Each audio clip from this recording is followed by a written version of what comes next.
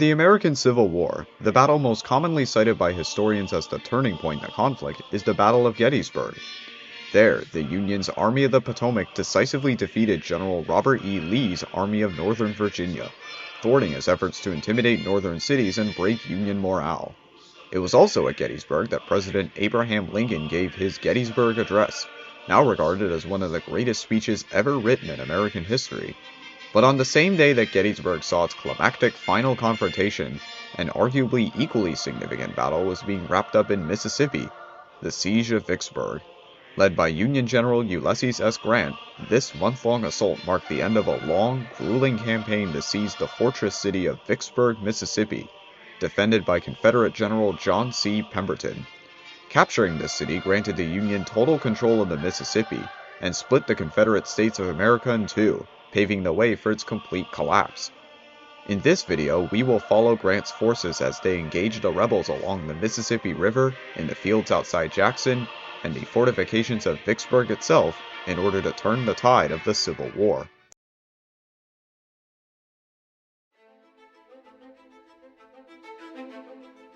The Vicksburg Campaign, fought from December 26, 1862 until July 4, 1863, was one half of a larger Union strategy to crush the nascent Confederacy. This strategy, called the Anaconda Plan, involved having the Union construct a naval blockade around the southern states to deprive them of the ability to export their cotton to, or import material from, foreign nations. Then, the Union Navy and Army would coordinate to commandeer the Mississippi River, cutting off a vital supply line while separating the western states of Louisiana, Texas, and Arkansas from their secessionist neighbors. Under this plan, the Confederacy would die a slow death, akin to an anaconda strangling its victim. The task of securing the Mississippi fell to then Brigadier General Ulysses S. Grant and his Army of the Tennessee. There were many forts and cities between him and control of the river, but none were more important than Vicksburg. A veritable fortress thanks to geography, Vicksburg was also a communications center and a trade hub for goods and supplies traveling throughout the South. Confederate President Jefferson Davis referred to Vicksburg as the nailhead that holds the South's two halves together, while Union President Abraham Lincoln would exclaim, "Vicksburg is the key. The war can never be brought to a close until that key is in our pocket." In the first half of 1862, Grant and his troops, with the help of naval support from Flag Officer Andrew H. Foote, slowly made their way downriver, securing victories at Forts Henry and Donelson, and at a makeshift fort on Island No. 10. Meanwhile, the city of New Orleans in Louisiana was captured by Major General Benjamin Butler on May 1, 1862, destroying all but 8 of the Confederacy's river defense boats in the process. With no boats to defend the Mississippi and Grant advancing from the north, Vicksburg was left vulnerable on multiple fronts. Still, taking the city would be an uphill battle. Protecting Vicksburg was Confederate General John C. Pemberton, a defensively minded commander who arrayed dozens of fortifications and obstacles to block any Union advance from his north, northeast, and western angles. His south and southeast was less well guarded, but reaching those positions would be a challenge. In the early months of 1863, Grant concocted a number of schemes to create alternative waterways for the Union Navy to outflank the Confederates, such as by digging canals, destroying the levee at Yazoo Pass, or by taking advantage of the resulting flooding. All of them failed at the hands of either the rebels or Mother Nature, and by late March, the Army of the Tennessee was back to square one. Grant and his officers would have to get creative if they wanted to crack Vicksburg's shell.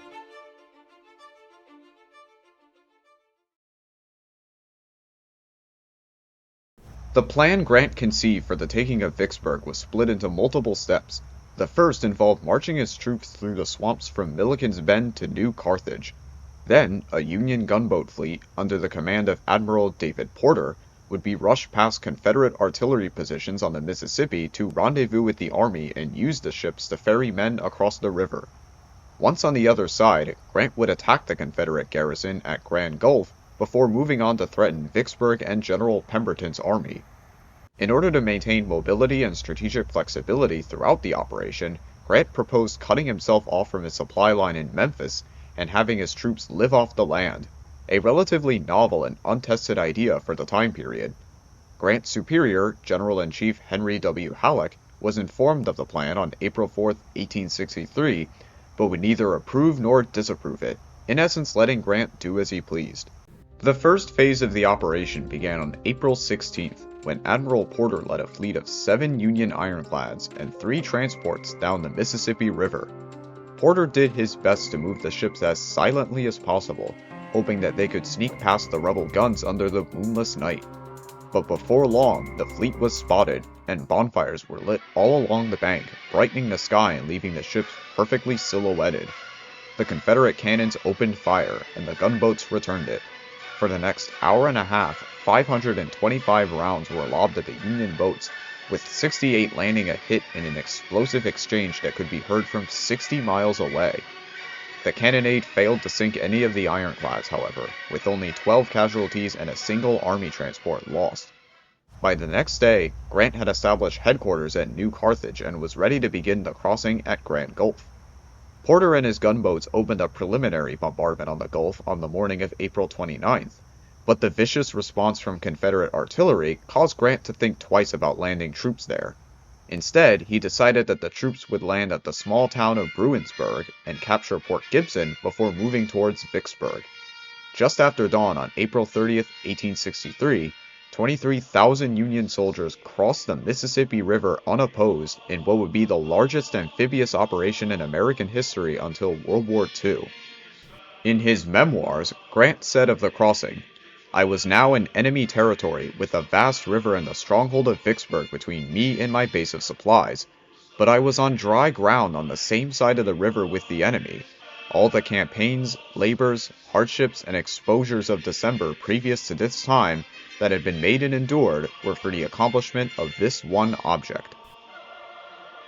On the same day the landings took place, diversionary attacks led by General William T. Sherman occurred in the Yazoo River near the Chickasaw Bluffs, and a cavalry brigade was set loose in central Mississippi to maraud General Pemberton's supply line. On May 2nd, Grant's army won the brief Battle of Port Gibson, losing 875 troops compared to Confederate Brigadier General John Bowen's 832. Immediately afterward, Grant's army rushed north, crossed the Big Black River, and outflanked the Confederate garrison at Grand Gulf, forcing them to vacate the position without a fight. Since leaving New Carthage, Grant's army had cut itself off from its supply line, subsiding purely off of the fruits of the countryside. So for the next 4 days, Grant took time to consolidate. Ammunition was stockpiled. Foraging parties were sent into the countryside to procure food. Rolling stock was liberated from farms and plantations, creating a supply train made up of everything from wooden wagons to elegant stagecoaches. Driving this train was an equally varied assortment of horses, mules, and oxen. On May 6, General Sherman and his own troops crossed the Mississippi to link up with Grant's army, bringing the Army of the Tennessee's combined strength to roughly 40,000 men. And by May 12th, they were ready to move on to their next target, the state capital of Jackson. Jackson served as a primary supply line for Vicksburg and was also used for Confederate logistics and manufacturing. Yet the only obstacle standing between the Union Army and Jackson was a single brigade, under the command of Brigadier General John Gregg. Gregg and his rebels were quickly routed by Major General James B. McPherson after 2 hours of fierce fighting at Raymond, and the gates of Jackson were now wide open. The general responsible for the defense of Jackson, Joseph E. Johnston, realized he had no hope of staving off a Union advance with his paltry force of 6,000 men, and evacuated the city, leaving only a small rear guard to slow Grant's advance. This guard was swiftly defeated, and by May 14th, Union troops had entered the city. Jackson would become the third Confederate capital to fall to the Union, after Nashville and Baton Rouge.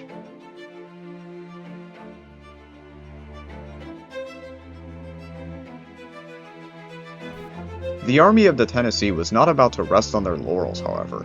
On the evening that Jackson fell, Grant intercepted a letter from Joseph E. Johnston to John C. Pemberton, ordering him to leave Vicksburg and join forces with Johnston's men to confront Grant at Clinton. Grant immediately responded to the threat by sending General John A. McClernand to stop Pemberton from reaching Clinton, with James B. McPherson and Grant himself leaving Jackson the following day to join him in battle. Sherman, meanwhile, would prolong his stay in Jackson just long enough to destroy anything in the city that could be reused by the Confederacy. such as factories, arsenals, and machine shops, a move that would foreshadow Sherman's own march to the sea. McClernand's Union forces joined battle with Pemberton's 23,000 rebels on May 16th, with Grant and his 30,000 men close behind. As soon as Pemberton realized who he was going up against, he chose to take up defenses on the high ground at Champion Hill. Grant, in response, sent Brigadier General Alvin Honey to attack the Confederate left while Major General John A. Logan moved right to extend the Union flank. By 11:30 a.m., Hovey and Logan's brigades had reached their destinations, at which point Grant ordered McPherson to storm the hill. McPherson and his 10,000-strong force proceeded to sweep over the rebel positions, taking the crest of the hill by 1:30 p.m. At the same time, McClernand was ordered to move forward and attack on the left, but he inexplicably stayed where he was. His artillery would continue firing, but his infantry did not move, even after 2 more direct orders from Grant.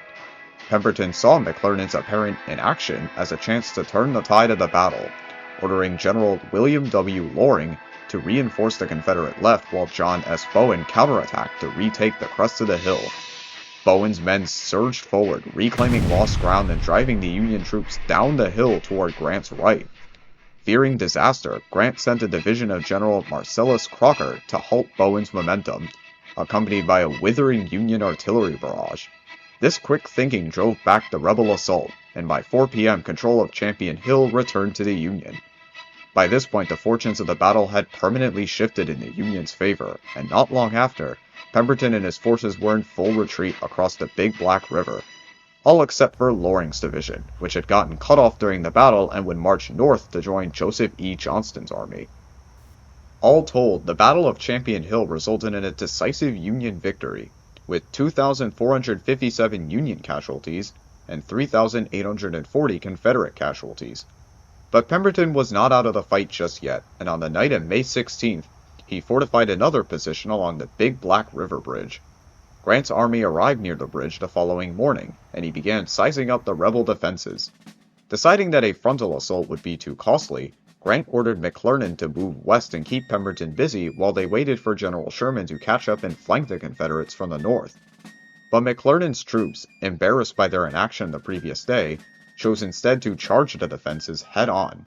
Led by Brigadier General Michael Lawler, the Union troops suddenly burst out of a cut near the river and attacked the breastworks, taking the Confederates by surprise. The Confederate East Tennessee Brigade, led by John C. Vaughn, immediately panicked and started a chaotic withdrawal across the railroad bridge, burning it and a number of steamboats in the river to prevent a Union pursuit.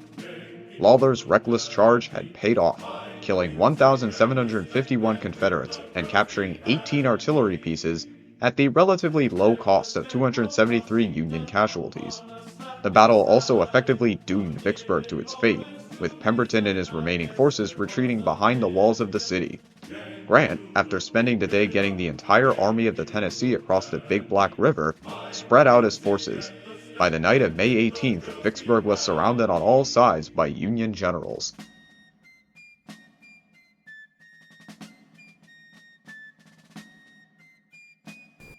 Despite their repeated losses, the Confederate defenders of Vicksburg were not about to let the city fall without a fight. On May 19th, when Grant launched an assault on the stockade Redan, he was repulsed by a hail of rebel gunfire.